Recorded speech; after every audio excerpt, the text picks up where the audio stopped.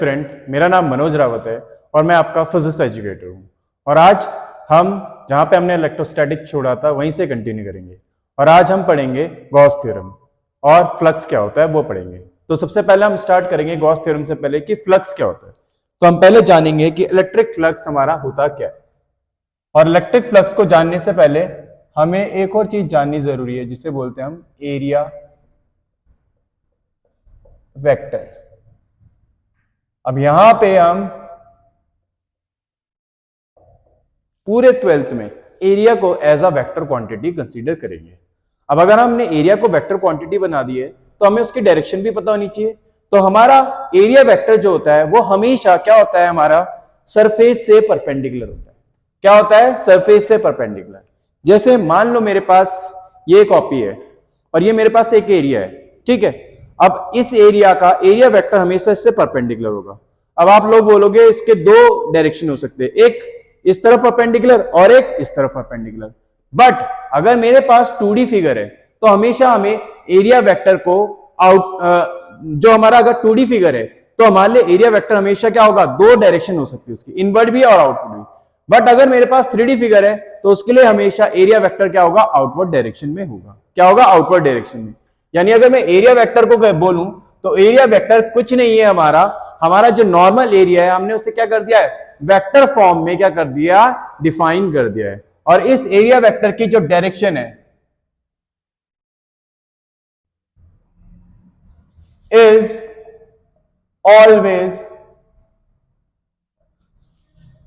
Perpendicular to area. जो area vector होती है उसकी डायरेक्शन हमेशा क्या होती है, परपेंडिकुलर टू एरिया होती है। मान लो मेरे पास ये कोई एरिया है तो इसका जो एरिया वेक्टर होगा वो इससे परपेंडिकुलर होगा। ए कैप हमने उसकी डायरेक्शन बता दी और ए वेक्टर उसका क्या हो गया, हमारा वेक्टर हो गया। डायरेक्शन के लिए हम एन कैप यूज कर सकते हैं तो हम एन कैप यूज करते हैं। सबको पता है एन कैप क्या होता है, कैप मतलब क्या होता है, यूनिट वेक्टर। यूनिट वेक्टर किस लिए यूज होता है, डायरेक्शन को शो करने के लिए। और यूनिट वेक्टर का मैग्नीट्यूड कितना होता है, 1 होता है। हमने किसमें पढ़ा था, 11th क्लास में पढ़ा था। तो ये हमारा क्या होता है, एरिया वेक्टर होता है। अब याद रखना कुछ points for 2D surfaces direction is both outward and inward। But अगर मैं 3D सरफेस की बात करूं, फॉर 3D सरफेस हमारी डायरेक्शन हमेशा क्या होगी, outward. Direction is always outward. तो ये याद रखना एरिया वेक्टर के बारे में। तो एरिया वेक्टर जो होता है हमेशा उसकी डायरेक्शन क्या होती है, एरिया से परपेंडिकुलर होती है। अगर मान लो मेरे पास ये है, अगर ये है, मान लो ये एरिया है, इसका एरिया वेक्टर इससे परपेंडिकुलर है। अगर मैं एरिया को टिल्ट करूंगा तो एरिया वेक्टर भी उसी एंगल से क्या होगा, हमारा टिल्ट होगा। ये ध्यान में रखना, ठीक है।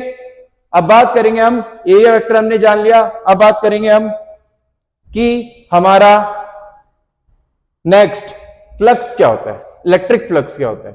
तो इसे नोट कर लेना, मैं आगे करा रहा हूं। तो अब बात करेंगे हम कि हमारा इलेक्ट्रिक फ्लक्स क्या होता है।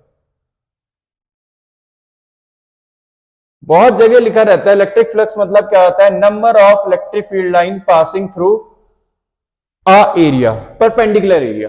सही है, बट अगर इलेक्ट्रिक फ्लक्स को प्रॉपर्ली डिफाइन करें तो इलेक्ट्रिक फ्लक्स का मतलब होता है हमारा कि इलेक्ट्रिक फ्लक्स एक ऐसी क्वांटिटी है जो प्रोपोर्शनल होती है number of electric field line passing through a area.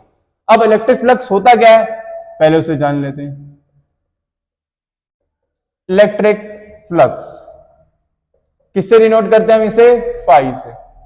Electric है तो फाई ई भी लिख सकते हैं क्योंकि आगे मैग्नेटिक फ्लक्स आएगा हमारा।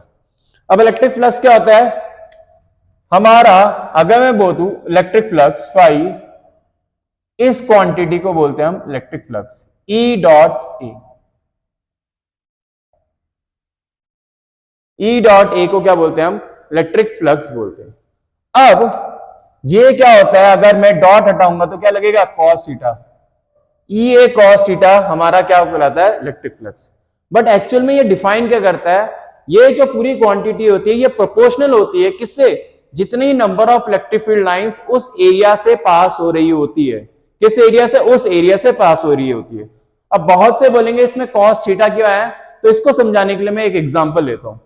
मान लो मेरे पास ये कोई एरिया है, ठीक है, और अगर मैं देखूं, मैंने मान लिया इससे इलेक्ट्रिक फील्ड लाइंस परपेंडिकुलरली पास हो रही है, परपेंडिकुलरली पास हो रही है, तो ये ई हो गया। अब मैंने बताया था ये सरफेस कैसे रखा है, मैंने ऐसे करके रखा है। कैसे रखा है, ये ऐसे करके रखा है। तो इसका एरिया वेक्टर ऑफ कोर्स सी बात है क्या होगा, इससे परपेंडिकुलर होगा, तो एरिया वेक्टर की डायरेक्शन भी क्या होगी हमारी, ये हो गई, एन कैप बोल सकते हैं, और एरिया वेक्टर को मैंने ए मान लिया।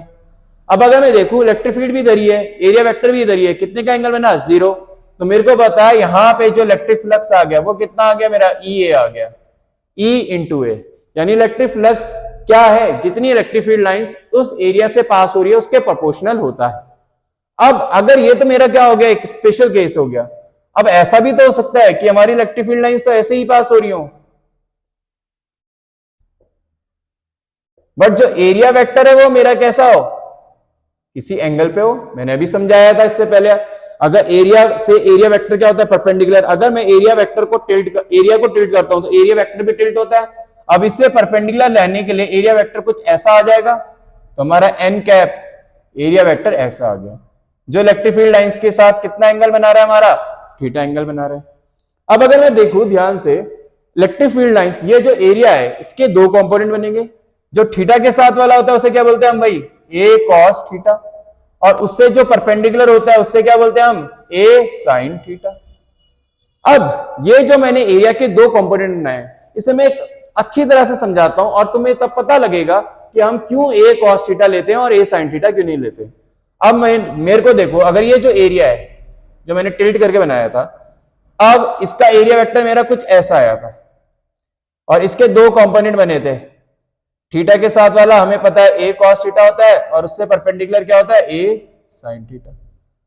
अब इसे मैं ऐसे सोच सकता हूं कि मैंने इस एरिया को दो पार्ट में तोड़ लिया, ए कॉस थीटा। अब सब ए कॉस थीटा ऐसा आ रहा है तो पक्का इसका जो एरिया रहा होगा इससे परपेंडिकुलर रहा होगा, तो इससे परपेंडिकुलर कुछ ऐसा बनेगा, तभी तो ए कॉस थीटा ये आएगा। क्लियर है मेरी बात।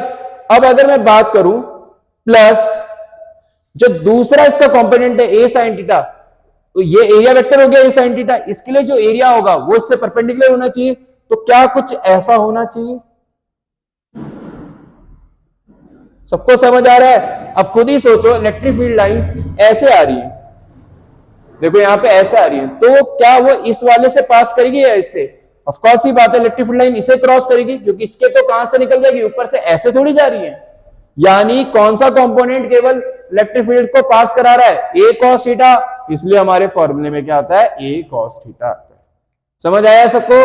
तो ये फ्लक्स हो गया हमारा। अब फ्लक्स क्या होती है, हमारी स्केलर क्वांटिटी होती है। तो फ्लक्स यानी अगर मान लो मेरे पास दो तीन एरिया में मैंने मान लो किसी बड़े फिगर को, और वो हमारा ऐसा फिगर है जो हमारा क्या है, इररेगुलर शेप का है, और मेरे को उससे टोटल फ्लक्स निकालना है, और मैंने उसे दो तीन एरिया में तोड़ दिया।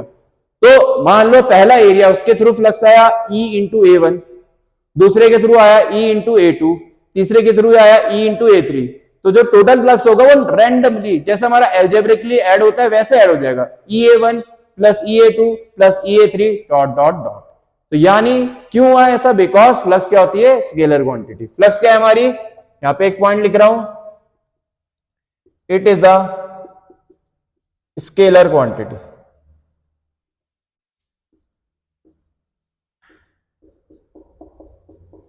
एक और पॉइंट लिख रहा हूं, ये छोटे छोटे पॉइंट काम आएंगे कि इसकी यूनिट क्या होती है, हमारी यूनिट क्या होती है इसकी, न्यूटन मीटर स्क्वायर पर कूलाम। इसकी यूनिट क्या होती है हमारी, न्यूटन मीटर स्क्वायर पर कूलाम। तो ये हमारा क्या कहलाता है, इलेक्ट्रिक फ्लक्स कहलाता है। यानी किसी भी एरिया से कितनी इलेक्ट्रिक फील्ड लाइंस पास हो रही है उसके प्रोपोर्शनल हमारा एक टर्म बनाते हैं हम, जिसे क्या बोलते हैं, इलेक्ट्रिक फ्लक्स बोलते हैं।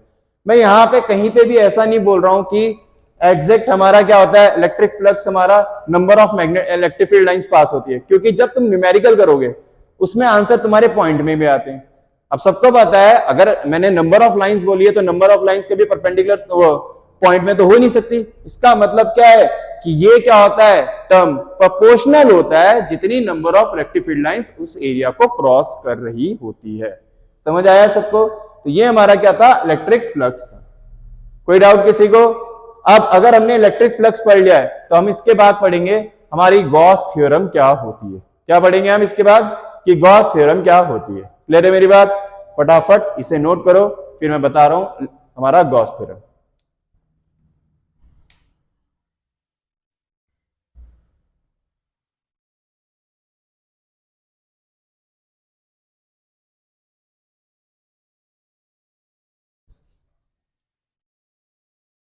तो अगर कोई पूछे इलेक्ट्रिक फ्लक्स क्या है तो बोलना it is a quantity which is proportional to the number of electric field lines crossing that area perpendicularly. ठीक है, तो नेक्स्ट हमारा जो टॉपिक है वो है हमारा, इसे आप आराम से पॉज करके नोट कर लेना।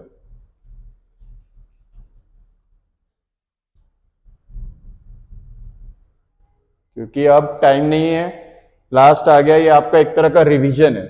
ठीक है, जिन्होंने नहीं पढ़ा है बिल्कुल, ये उनके लिए एक तरह से बहुत बेनिफिट करेगा। ठीक है, तो बात करेंगे हम आपकी गॉस थ्योरम क्या है।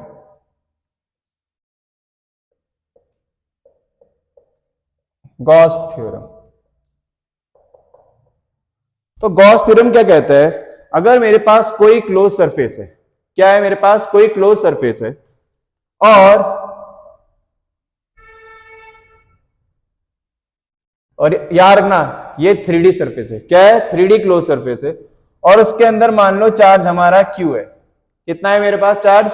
Q है। तो इससे जो Q, ऑफ कोर्स ये Q से क्या निकलेगी, इलेक्ट्रिक फील्ड लाइंस निकलेगी, और ये जो इलेक्ट्रिक फील्ड लाइंस होगी ऑफ कोर्स ये बात है, इस जो हमारा क्या 3D मैंने सरफेस लिया है उसे क्रॉस करेंगी। अगर 3D सरफेस को क्रॉस करेंगे तो क्या आएगा हमारा, ऑफ कोर्स ये फ्लक्स आएगा।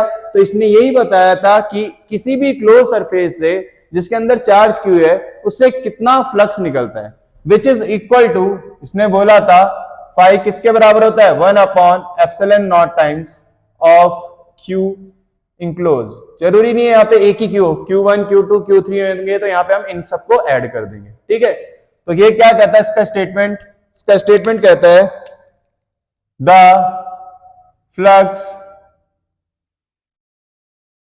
पासिंग थ्रू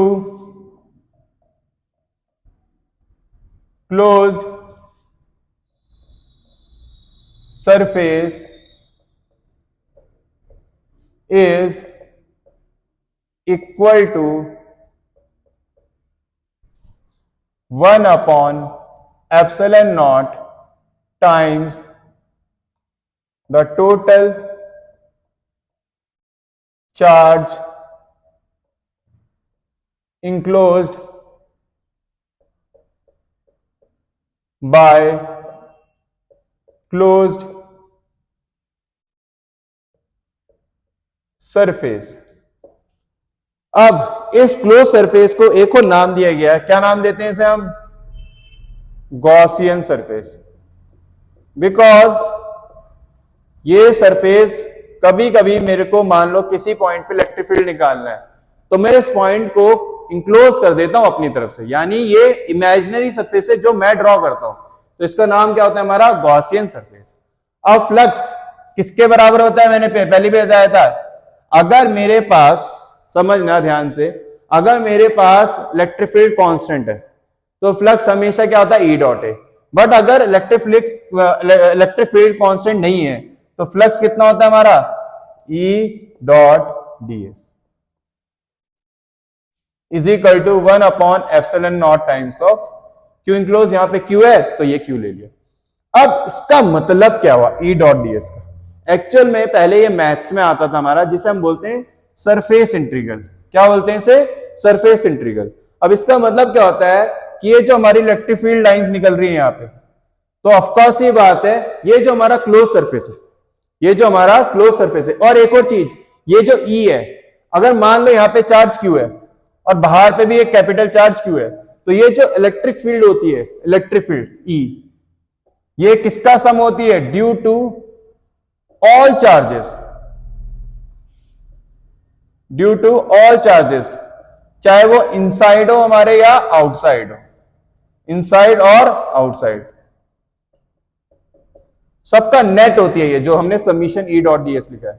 इसका मतलब हुआ, ई डॉट डीएस का मतलब कि ये जो सरफेस है हमारा बनाया है, इसके अलोंग इलेक्ट्रिक फील्ड का सम, क्योंकि सबको होता है इंटीग्रेशन का मतलब सम होता है, वो बात अलग है। अब सबमिशन भी होता है हमारे पास, तो यहाँ पे इंटीग्रेशन की यूज कर रहे हैं क्योंकि इंटीग्रेशन कंटिन्यूअस के लिए होता है। तो यहाँ पे ई डॉट डीएस का मतलब है हमारा कि इस पूरे एरिया के अलोंग इलेक्ट्रिक फील्ड को ऐड करना, that is E dot DS. और इस पूरे एरिया से यानी जितनी भी ई डॉट डीएस मतलब होता है फ्लक्स, कितना फ्लक्स पास हो रहा है? According to this 1 upon epsilon times of Q enclose. याद रखना, इलेक्ट्रिक फील्ड तो सबके कारण होती है, बट क्यू केवल वही होगा जो क्लोज सरफेस के अंदर आएगा। Getting my point? तो ये हमारा क्या होता है? गॉस थ्योरम होता है। अब अगर मेरे को इसकी डेरिवेशन करनी है तो हम बहुत आसानी से इसको प्रूव भी कर सकते हैं कि ये इतना क्यों आया। क्लियर है मेरी बात? इसको प्रूव करने के लिए मैंने मान लिया कि मैंने एक पॉइंट ले लिया P, क्या ले लिया यहां पे? एक पॉइंट P, और मैंने यहां पे एक छोटा सा एरिया ले लिया ds। अब सबको पता है कि Q से चार्ज पॉजिटिव है तो इलेक्ट्रिक फील्ड लाइंस बाहर को निकलेगी, और मैंने ये छोटा सा ds लिया है तो इसका एरिया वेक्टर n कैप ये भी बाहर होगा, यानी इलेक्ट्रिक फील्ड। अब बहुत से बोलेंगे यहां पॉइंट ले लो, अगर मैं यहां पे भी लूंगा ds तो इसका एरिया वेक्टर बाहर ही होगा और इलेक्ट्रिक फील्ड लाइंस क्या होंगी? बाहर ही होंगी। मतलब किसी भी इस सरफेस के किसी भी पॉइंट पे तुम ले लो तो क्या होगा? इलेक्ट्रिक फील्ड और एरिया वेक्टर के बीच में कितना एंगल बन रहा है? 0 डिग्री बन रहा है। तो मैं एलएचएस से आरएचएस प्रूव करने वाला हूं। तो इसका एलएचएस कितना है मेरा? E dot DS. अब सबको होता है इलेक्ट्रिक फील्ड और एरिया के बीच में कितना एंगल बना है? 0। तो अगर मैं डॉट हटाऊंगा तो क्या लगेगा भाई? ई डी एस कॉस 0 लगेगा। कॉस 0 कितना होता है मेरा? 1 होता है, तो हट जाएगा। मेरे पास इलेक्ट्रिक फील्ड सबको पता है, मैं सरफेस को देखूं तो हर जो सरफेस है वो सेंटर से 4 से कितनी दूरी पे? r दूरी पे। मतलब इलेक्ट्रिक फील्ड सबको होता है, पहले बता रखा k q by R square पुराने लेक्चर्स में। तो q और r पे डिपेंड करता है, q भी सेम है, r भी सेम है, मतलब इस पूरे सरफेस में इलेक्ट्रिक फील्ड क्या रहेगी? कांस्टेंट। तो फिजिक्स क्या कहती है, मैथ्स क्या कहती है? इंटीग्रेशन से क्या कांस्टेंट बाहर आ जाता है, अंदर क्या बचेगा? ds। cos 0 कितना है मेरा? 1 है। अब सबको पता है कि इलेक्ट्रिक फील्ड r दूरी पे किसी पॉइंट चार्ज के कारण कितनी होती है? हमने पढ़ी हुई है, कितनी होती है? 1 अपॉन 4 पाई एप्सिलॉन नॉट, क्या आता है? q by R square into ds। छोटे छोटे ds अगर मैं ऐड करूं तो क्या बनेगा? इस टोटल उसका क्या बनेगा? स्फीयर का सरफेस एरिया बनेगा। सरफेस एरिया कितना होता है टोटल इसका स्फीयर का? 4 पाई आर स्क्वायर। 4 पाई से 4 पाई कैंसिल, आर स्क्वायर से आर स्क्वायर कैंसिल, क्या बचा मेरे पास? 1 upon epsilon times of Q. क्या यही हमें प्रूफ करना था? तो ये हमारी क्या आ गई? गॉस थ्योरम का क्या आ गया? प्रूफ आ गया। अब बहुत सी बुकों में रखा रहता है कि गॉस थ्योरम केवल सिमेट्रिकल फिगर्स के लिए, नहीं, ऐसा नहीं होता। गॉस थ्योरम सबके लिए एप्लीकेबल है, बट बेनिफिशियल तब है जब हम ऐसा सरफेस लें जो चार्ज डिस्ट्रीब्यूशन के अलोंग क्या हो? सिमेट्रिक हो। जैसे अगर ये चार्ज देखो क्यू है, अब इसके चारों तरफ अगर मैंने एक ऐसा सरफेस बनाया है स्फीयर, जिसके कारण क्या होगा? स्फीयर इस क्यू से जो होगा हर पॉइंट क्या होगा? इक्वल दूरी पे होगा। उससे क्या एडवांटेज मेरा? देखो मेरे को इलेक्ट्रिक फील्ड कांस्टेंट आ गई। अदरवाइज अगर ऐसा नहीं होता तो इलेक्ट्रिक फील्ड भी किसके अंदर होती? इंटीग्रेशन के अंदर। तो इंटीग्रेशन क्या हो जाता है? डिफिकल्ट हो जाता है। इसलिए हम पूरे 12th की बात कर रहा हूं, यहां पे जो भी हम इलेक्ट्रिक फील्ड और जो हम गॉसियन सरफेस लेते हैं वो हमेशा सिमेट्रिकल लेते हैं, बट कहीं पे भी ऐसा मेंशन नहीं है कि तुम नॉन सिमेट्रिकल नहीं ले सकते। ले सकते हो, बट बेनिफिशियल कब है? जब हम क्या लेंगे? सिमेट्रिकल लेंगे। तो आप इसे तब तक नोट करिए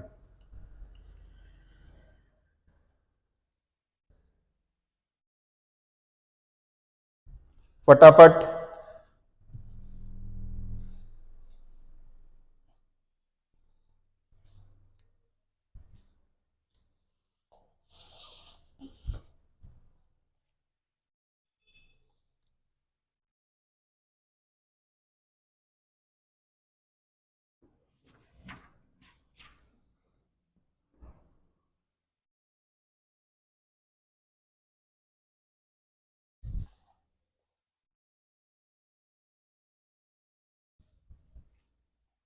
हो गया नोट? पॉज करके नोट कर लिएगा, ठीक है। कुछ इंपॉर्टेंट पॉइंट बताने जा रहा हूं मैं, तो मैं रब कर रहा हूं।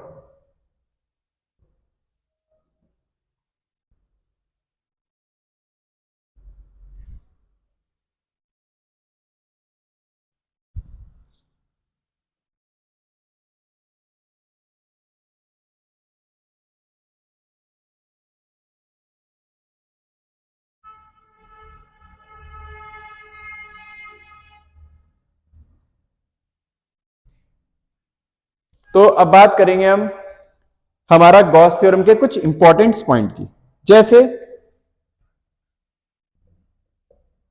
इट इज एप्लीकेबल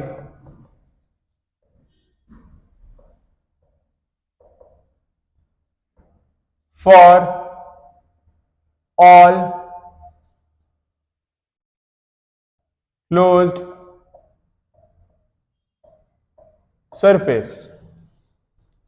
ठीक है, पहला पॉइंट मैंने बोला था, चाहे सिमेट्रिकल हो चाहे अनसिमेट्रिकल हो, कुछ भी हो, हमारा ये सबके लिए एप्लीकेबल होगी। लेकिन 12th क्लास में हम सिमेट्रिकल के बारे में पढ़ेंगे, बिकॉज उससे हमें मैथ्स क्या हो जाती है, आसान हो जाती है। क्लियर है?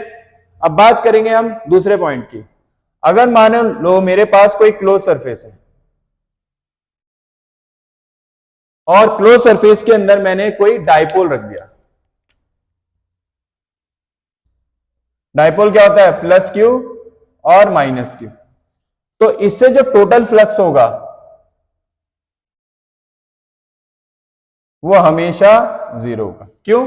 सबको होता है प्लस से इलेक्ट्रिक फील्ड लाइंस बाहर निकलेंगी, माइनस में एंटर करेंगी, तो प्लस के कारण फ्लक्स पॉजिटिव, माइनस के कारण नेगेटिव, तो ओवरऑल क्या आ जाएगा? जीरो आ जाएगा। तीसरा, अगर मान लो मेरे पास कोई for uniform electric field, for uniform electric field passing a closed surface,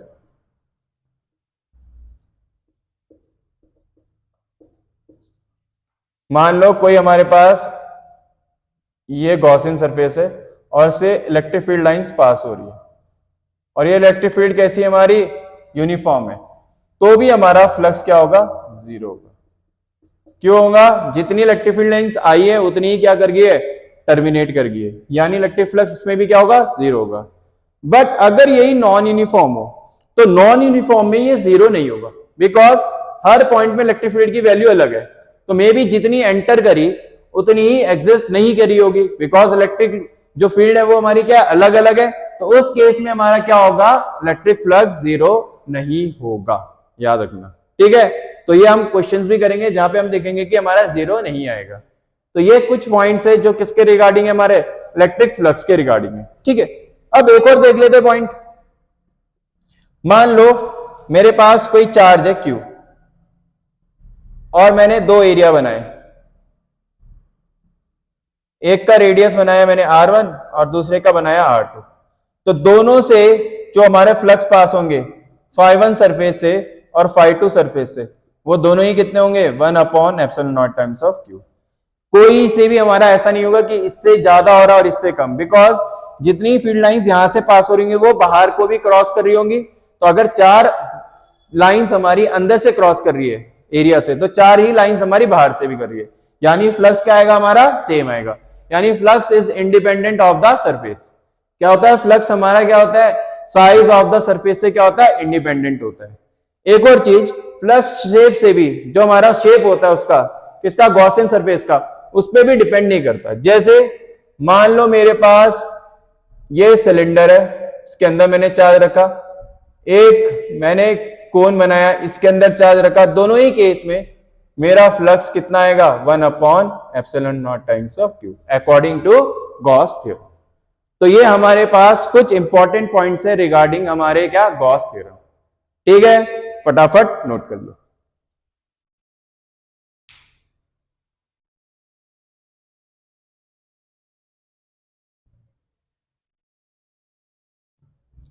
जल्दी नोट करो, फिर हम एप्लीकेशन पढ़ने जा रहे हैं।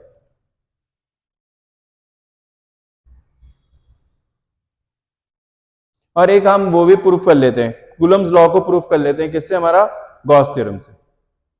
तो नेक्स्ट हेडिंग है हमारी proof of Coulomb's law using Gauss theorem. तो गॉस थ्योरम की हेल्प से हम कूलम्स लॉ को प्रूफ करने वाले हैं।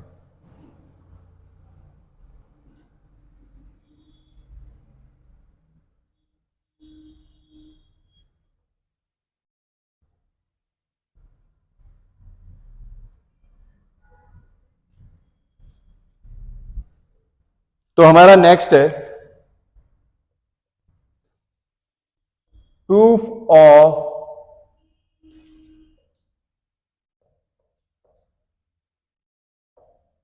Coulomb's law using Gauss theorem. तो इस बार बोर्ड के लिए इंपॉर्टेंट हो सकता है, आ सकता है। बोर्ड का 12th का पेपर प्रिडिक्ट करना बहुत आसान नहीं है, मतलब हार्ड है, तो लेकिन चांसेस है कि आ सकता है। तो मैं क्या प्रूफ कर रहा हूं? कूलम्स लॉ को प्रूफ कर रहा हूं यूजिंग गॉस थ्योरम। यानी मेरे पे गॉस थ्योरम पहले से पता है मेरे को कि ई डॉट डी एस किसके इक्वल होता है? 1/ε0 टाइम्स ऑफ क्यू। मेरे को इससे प्रूफ करना है कि हमारी कूलम्स लॉ क्या है, कितना होता है हमारा एफ इक्वल टू के Q1 Q2 by R square, हमें प्रूफ करना है। तो देखो मैंने इसे प्रूफ करने के लिए मान लो एक क्यू बना दिया चार्ज, और मैंने एक क्या ले लिया? गॉसियन सरफेस ले लिया।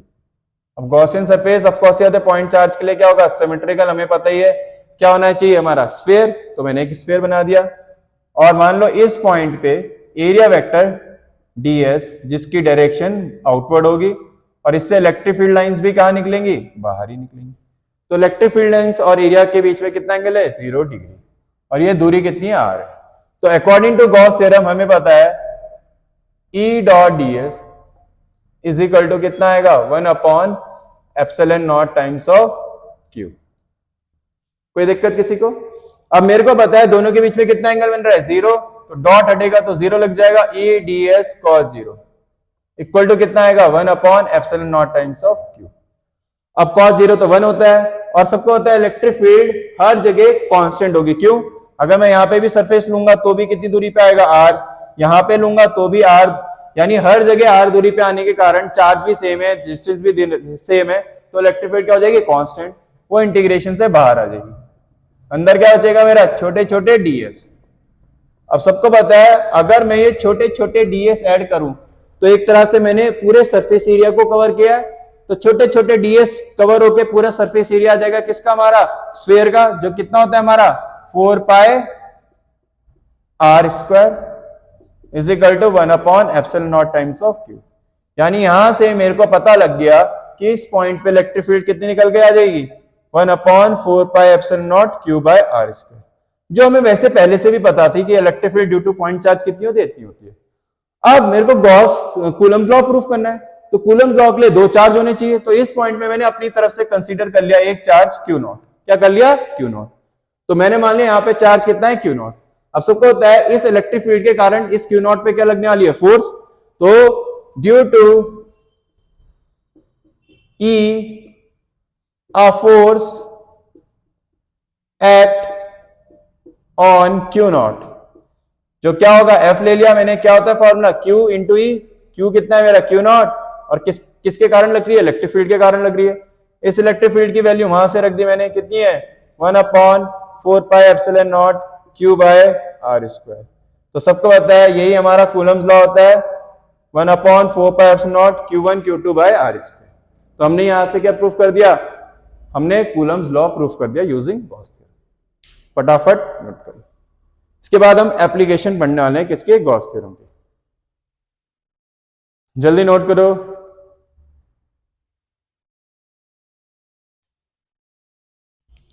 फटाफट।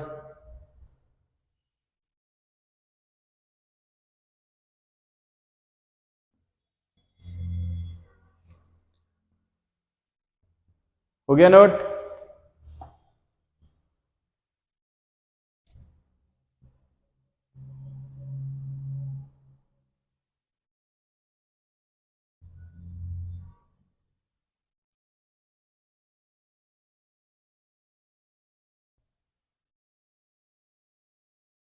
चलो तो बात करेंगे अब application of Gauss theorem.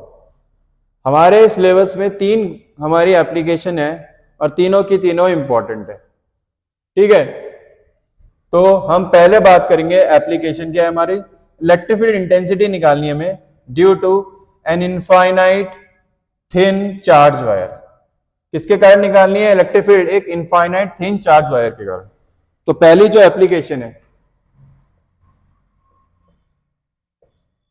Application,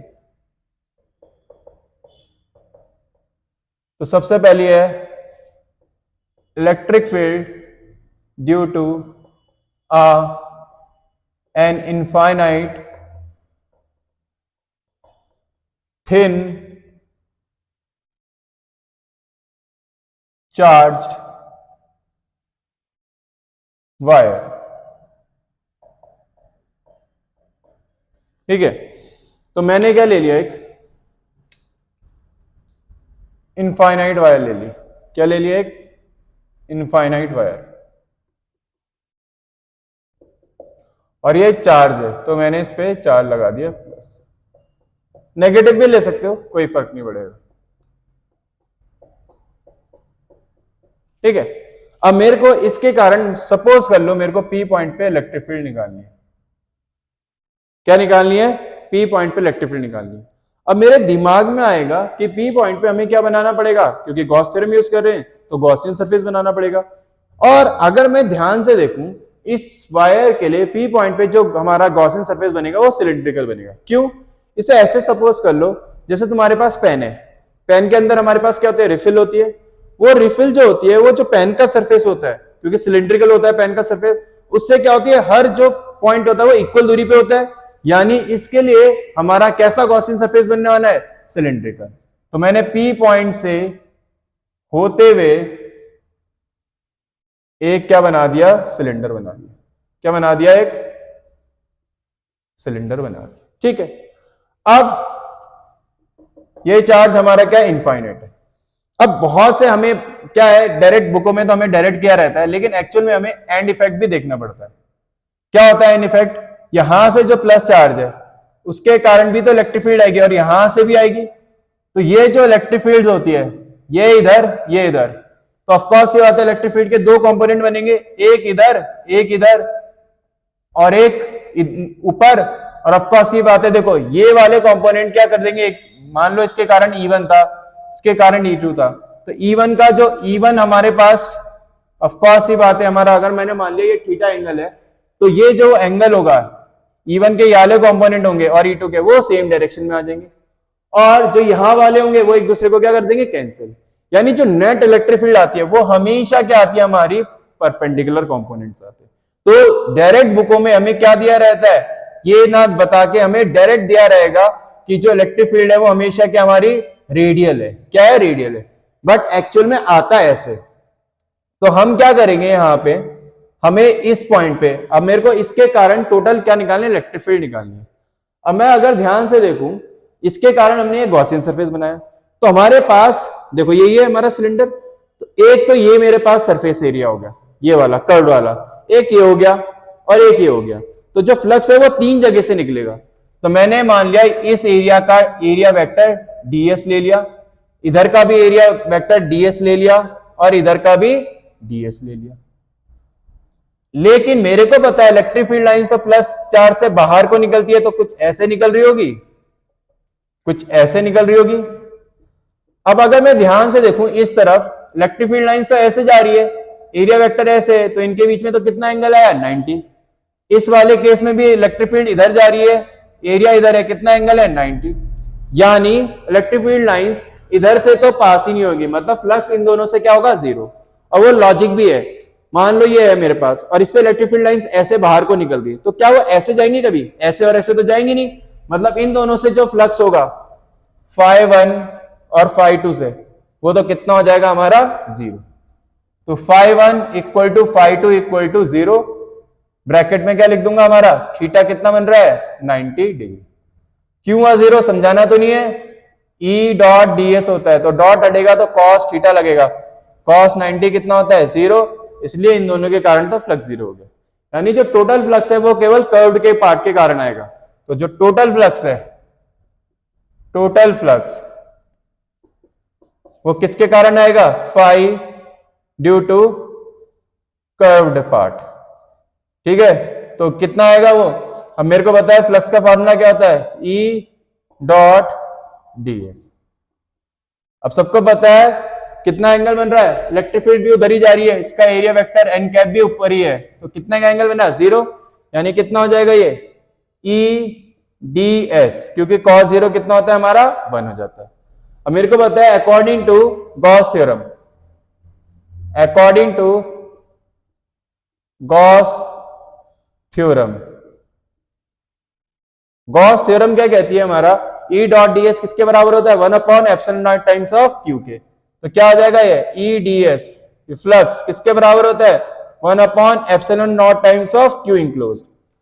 अब क्योंकि ये इनफाइनाइट वायर है तो मेरे को क्यू तो एग्जैक्ट पता नहीं होगा, इसलिए मैंने मान लिया इस वायर की लैम्डा क्या है, लीनियर चार्ज डेंसिटी। क्या है, लीनियर चार्ज डेंसिटी।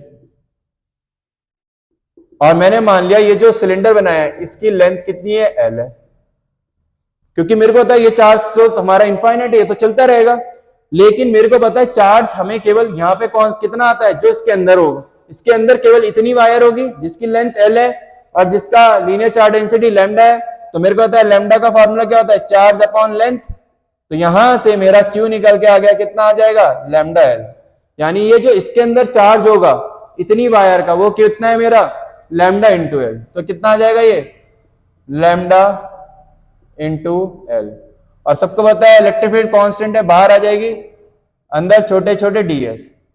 अब ये सबको पता है ये डीएस कितना बनाएंगे हमारा, छोटे छोटे डीएस, इस कर्व पार्ट का एरिया, कर्व पार्ट का एरिया कितना है मेरा, मेरे को पता है कर्व सरफेस का एरिया कितना आएगा, यहां से सिलेंडर का सबको होता है 2 पाई आर एच होता है, एच हाइट के बदले क्या ले रखी है हमने, एल, तो कितना आ जाएगा E into 2 pi r l is equal to 1/ε0 lambda L.